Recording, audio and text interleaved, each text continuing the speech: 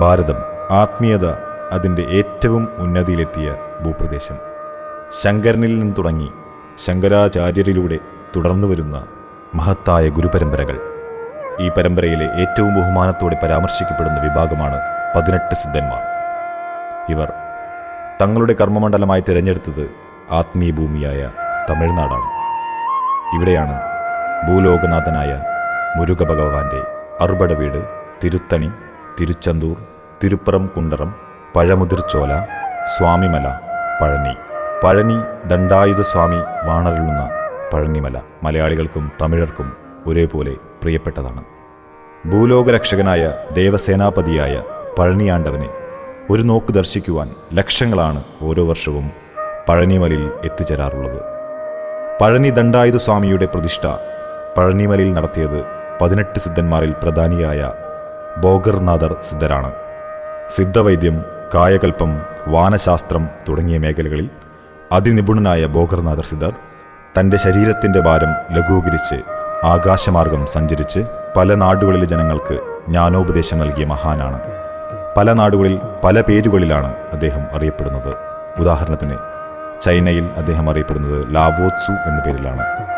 ഈ ഭൂമിയുടെ അധികാരിയായ പഴനിയാണ്ടവൻ്റെയും ഭോഗർനാഥ സിദ്ധരുടെയും നിർദ്ദേശങ്ങൾ 11 വർഷമായി ലഭിക്കുന്ന ഒരാൾ, അവർ നിർദ്ദേശിച്ച നിഗൂഢ പ്രദേശങ്ങളിലേക്ക് 11 വർഷമായി യാത്ര ചെയ്ത ഒരാൾ, അയാളുടെ ജീവിതത്തിൽ നടന്ന അത്ഭുതകരമായ സംഭവങ്ങളിലേക്ക് ഒരു തിരനോട്ടം.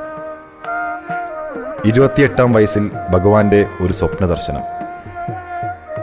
30 വയസ്സ് മുതൽ നീ എൻ്റെ സംരക്ഷണത്തിലായിരിക്കും എന്ന സന്ദേശമായിരുന്നു അത്. 30-ാം വയസ്സിൽ ബാലമുരുകൻ നൽകിയ മന്ത്രോപദേശം.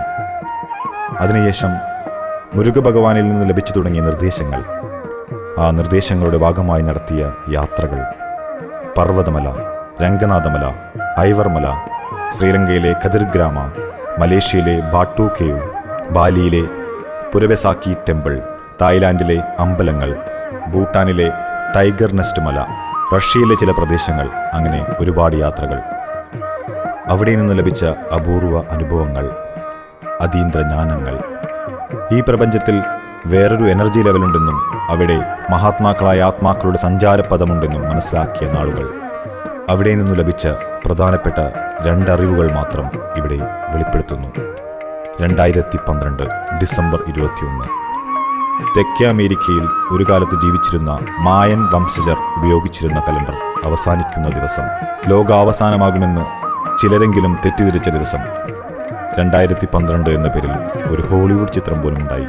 എന്നാൽ ഈ കലണ്ടർ ഭോഗർ മഹർഷി സൃഷ്ടിച്ചതാണെന്നും 2012 ഡിസംബർ 21 ശേഷം ഈ ഭൂമിയിൽ ഒരു എനർജി ഷിഫ്റ്റ് ഉണ്ടായിട്ടുണ്ടെന്നും ആ ഷിഫ്റ്റിംഗ് ഭൂമിയിൽ ഭാരതീയ സനാതന ധർമ്മത്തിന് ശക്തി പകരുമെന്നും പ്ലീഡിയസ് സ്റ്റാർ കൽസ്റ്റർ എന്നും കാർത്തിക നക്ഷത്ര സമൂഹമെന്നും വിളിക്കപ്പെടുന്ന നക്ഷത്രക്കൂട്ടങ്ങളുടെ എനർജി ഭൂമിയിലെ മനുഷ്യർക്ക് ധാരാളം ലഭിച്ചു തുടങ്ങുന്ന സമയം ആരംഭിച്ചതിനാൽ പാശ്ചാത്യ നാടുകളിൽ പോലും മുരുക ഭഗവാന്റെ നാമം അലയടിച്ചു തുടങ്ങുമെന്നും ഈ കാലഘട്ടം ആരംഭിക്കുന്നതും കാത്ത് ആസ്ട്രൽ ബോഡിയിൽ പ്രവർത്തിക്കുന്ന എല്ലാ മഹാസിദ്ധന്മാരും യുഗങ്ങളായി കാത്തിരിക്കുകയായിരുന്നുവെന്നും ഒന്നാമത്തെ പ്രധാനപ്പെട്ട അറിവ്.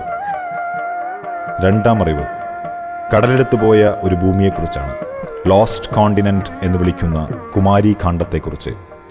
ലുമേറിയ ഖണ്ഡം എന്നും ഇതറിയപ്പെടുന്നു. ഇന്ത്യയുടെ തെക്കേ അറ്റത്ത് സ്ഥിതി ചെയ്യുന്ന കന്യാകുമാരിയോട് ചേർന്ന് കിടന്ന ഭൂപ്രദേശം. ലോകത്തിലെ ഏറ്റവും പഴയ ഭാഷയായ തമിഴ് ഭാഷ ഉദയം കൊണ്ട പ്രദേശം. വേദങ്ങളടക്കം എല്ലാ അറിവുകളുടെയും വിളനിലം. മുരുക ഭഗവാനെ ഏറ്റവും അധികം ആരാധിച്ചിരുന്ന സ്ഥലം. സാംസ്കാരിക സമ്പന്നതയുടെ കളിത്തൊട്ടിൽ.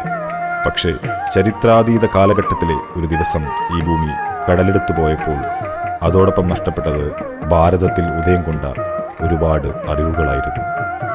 കാലചക്രം ഇപ്പോൾ വീണ്ടും തിരിയുകയാണ്. ചരിത്രാതീത കാലഘട്ടവും ഭാരതത്തിലെ നവീന ചരിത്രവും തമ്മിൽ ബന്ധിക്കുവാൻ ഭഗവാൻ ഒരു പാലം കുമാരി കാണ്ഡത്തിലേക്ക് പണിയുകയാണ്. ഈ പാലത്തിലൂടെ ഒരുപാട് രഹസ്യങ്ങൾ ലോകത്തിനു മുന്നിൽ എത്തിച്ചേരും. ആ രഹസ്യങ്ങൾ തമിഴ് സംസ്കാരത്തെയും സനാതനധർമ്മത്തെയും ലോകത്തിനു മുമ്പിൽ ഏറ്റവും ശക്തമായി അവതരിപ്പിക്കും. ഇവിടെ രജിത് കുമാർ എന്ന ഇദ്ദേഹം ഒരു ചരിത്ര ദൗത്യം ഏറ്റെടുക്കുകയാണ്. കാർത്തിക നക്ഷത്ര സമൂഹങ്ങളുടെ എനർജി സ്വീകരിച്ച് കുമാരികാണ്ഡത്തെ വണങ്ങി പഴനി മുരുക ഭഗവാന്റെയും ഭോഗർനാഥ സിദ്ധരടക്കമുള്ള എല്ലാ മഹാസിദ്ധന്മാരുടെയും അനുഗ്രഹ ആശീർവാദത്തോടെയും അദ്ദേഹം തൻ്റെ ദൗത്യം ആരംഭിക്കുകയാണ്. പഴനി മുരുകയുഗത്തിൻ്റെ ദൗത്യം. പഴനി ആണ്ടവനെ മനസ്സിൽ ധ്യാനിച്ച് തുടങ്ങുന്ന മഹത്തായ ദൗത്യം. ഓം ശരവണഭവായ നമഃ. ഓം ശരവണഭവായ നമഃ.